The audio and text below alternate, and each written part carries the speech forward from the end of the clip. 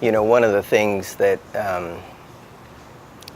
seems to be our motivator anymore is we love to retreat to the area of outrage, right? You find indignation all over the internet, and that's okay. Let's just call it human nature. That's fine. When you look at one of the most impactful and terrible things that's happened that made such a huge impact on American culture anyway, it was those awful attacks on September 11 of 2001. Just under 3,000 people, according to some reports, died in the immediate process of those attacks. And the effect was inescapable in this country. The media lit up with it and stayed lit up for years. It was the same effect culturally as if an asteroid had struck the Earth and spewed ash into the atmosphere, and it was wintertime for years. That's essentially, culturally, it had a huge impact for a long, long time. Those attacks, 3,000 people dead. The reason I mention that now in light of the 200 Project is that if you take the top 10 diseases that are the deadliest diseases, the top 10 killers in the United States, 7 out of those 10 have been directly linked to the American diet, to the Western diet, which is, just to summarize it, it is a high animal protein, high fat diet, as opposed to on the other end of it, a whole foods plant-based diet. Now, if you take 7 of those 10 deadliest diseases, they are directly linked to this diet. And what are those? What are the top 10? We're talking about heart disease, cancer, lower respiratory diseases like COPD. Number 4 is not hasn't been shown to be directly linked to diet. It's accidents. Number 5, 6, and 7 are stroke, Alzheimer's disease, diabetes. Number 8, again not linked, is influenza and pneumonia. Number 9 is linked, one of the oldest known links, in fact, of diet and disease is kidney disease. And rounding out the top 10 are suicides. So 7 of the top 10, right? We're talking about heart attack, cancer, lower respiratory diseases. We're talking about stroke, Alzheimer's disease, diabetes, and kidney disease have all been shown to be strongly connected to the Western diet. So what that tells us is what we're eating is killing us. Now, why are we willing to accept that? Let's get back to September 11. 3,000 people died. If you take all of the numbers of people who are killed every year by those 7 top 10 deadly diseases that have been directly linked to the Western diet, you add them all up, you divide by 365 days in a year, you come up with 4,660 people who are killed daily by the combination of those 7 diseases. Now, just imagine an attack by an external force, some foreign power, that resulted in 4,660 deaths daily in the United States. We would not only know we were completely and totally at war, we would know for a fact that we were losing that war. And the media would light up with it. People would talk about it, that very fact, and nothing else. That's the fact. That's the way it would go.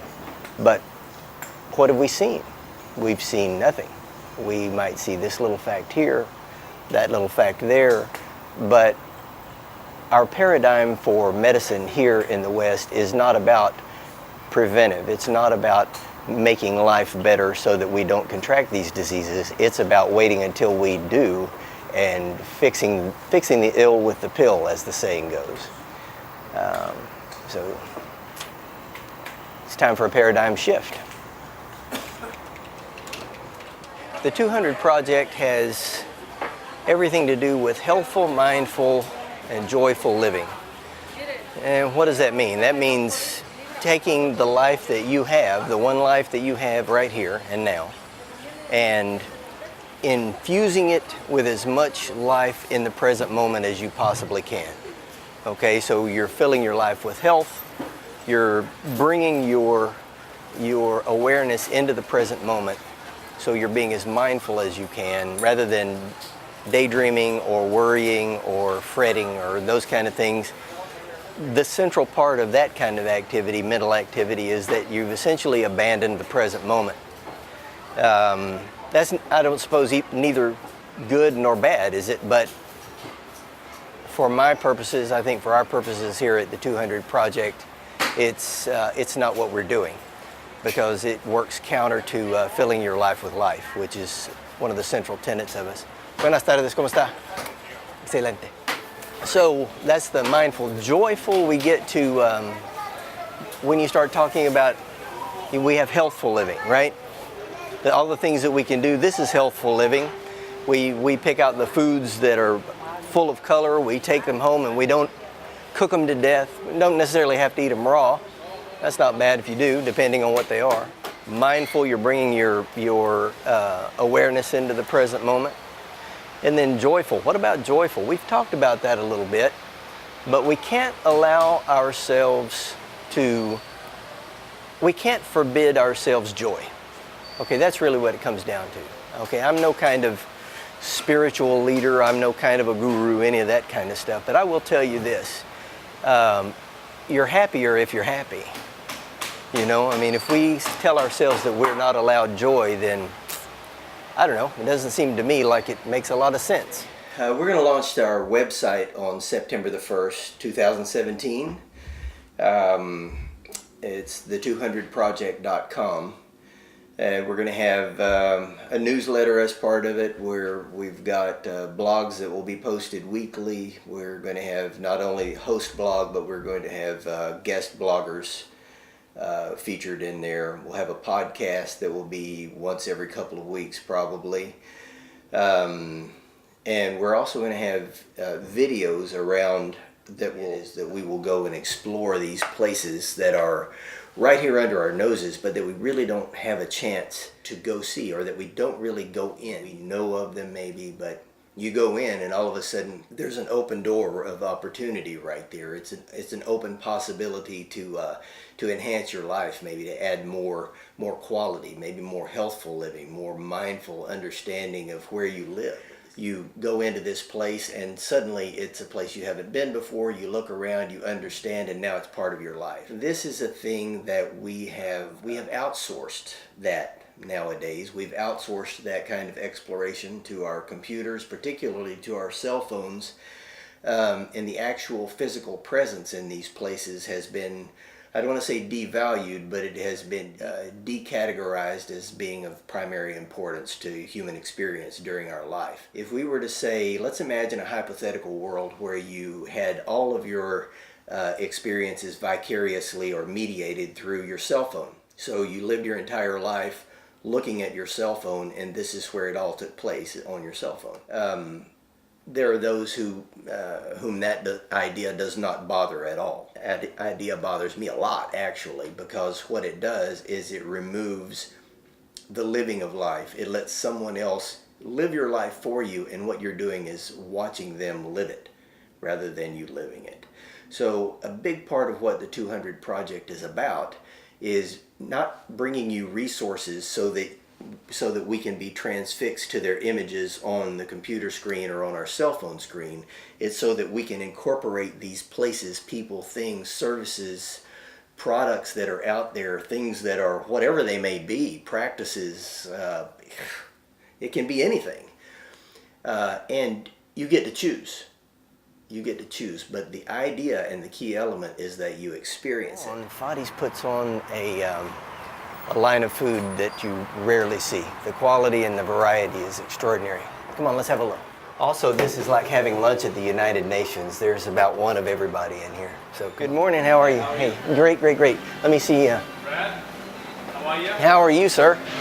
Good. So, all of the different hummuses and baba ganoush over here and the different sauces, all of this is the Mediterranean diet. Now, you may or may not be aware of it, but the World Heritage how is it? I don't know what the organization is called, but the Mediterranean diet was designated as a World Heritage institution, a World Heritage site, so to speak, because of its diversity and because of how widely it's practiced by so many cultures over in that region.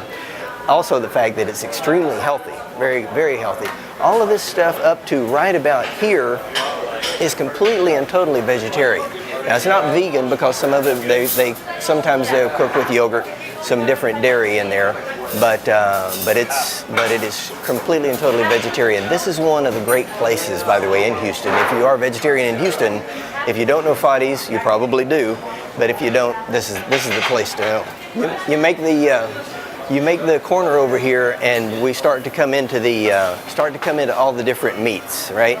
You can order lamb, you can order chicken right here. They'll grill it. You see they used to call them in Hispanic cultures, they would call them tacos árabes, right? Arabian tacos, right? And so the fellows here in front, they're ordering the meat. They'll give them a little number. They go to the table and they deliver it out to you. Couldn't be better. Couldn't be better. Come this way. And over there we had a lot of raw foods, a lot of raw vegetarian foods. Over here the vegetables are cooked in various ways. You've got the different steaming going on, right? Some of that stewed eggplant there that's just outrageously good. There's a little bit of roasted chicken there in the back. And then we get down here to all the desserts, which are just outrageous. I have to close my eyes when I walk past the desserts, otherwise it wouldn't be pretty. So we're going to go get a tray and let's eat.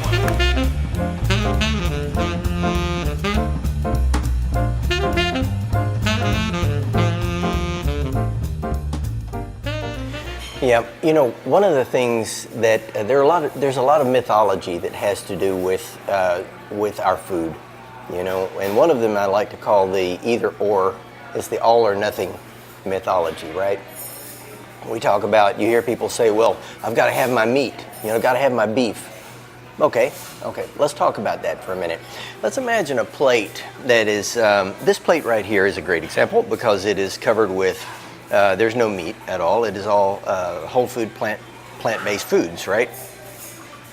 Okay, so let's have a little adjusting dial here that goes from 0. Let's set it to 0 here, and 0 represents this plate. We start sliding that controller over toward 100, which is on the other end. If we slide it all the way there first, then this stuff disappears and the plate is suddenly covered 100% with meat, right? Okay, so somewhere in between 0 here and 100 where the plate is covered completely with meat, probably most of us eat somewhere in there, right? Now Houston particularly, Texas particularly, we have a very strong meat culture, right? Well, the all or nothing myth in food is that, okay, well, I'm either going to be a hardcore meat eater, or I'm going to be hardcore vegetarian or vegan. I'm not fond of that all or nothing thing because what it does is it takes out the possible benefits of dialing back that meat by 5%, by 10%, 25%. If we dial back the quantity of meat on that plate, that is animal-based protein, right? And we replace it with whole plant-based foods, then we are receiving the benefit, the nutritional benefit of those whole plant-based foods in place of the detriment. Now research has shown, okay, before we jump in and say, oh, that's not detrimental. Yeah, well, okay, that's fine. I respect that opinion, but I don't share that opinion. And research doesn't share that opinion either. So if we assume that whole plant-based foods are beneficial to us, then dialing back the amount of meat that we have on a plate and replacing it with those types of foods, whole plant-based foods, is good for us. It helps us live more fully now, and it alleviates the possibility that we will be, or it diminishes the possibility that we will be stricken with one of those deadly diseases that have been strongly linked to diet, and it is going to increase our quality of life later on. So yeah, so let's eat.